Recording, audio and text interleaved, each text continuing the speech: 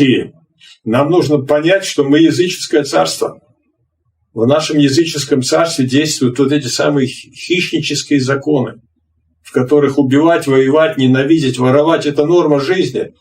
В нашем языческом мире никогда не действовал закон, который Бог дал, как Моисею.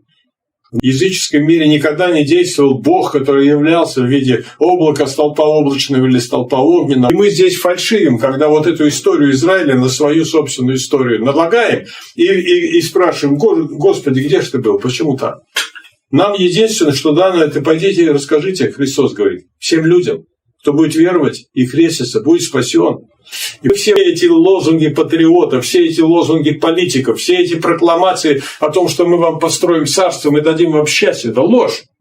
Чистейшая работает. Почему? Мозги не просвещенные. Мозги пораженные, плоть господствует. А какая сила у нас есть? Одна единственная: верую в Господа Иисуса Христа.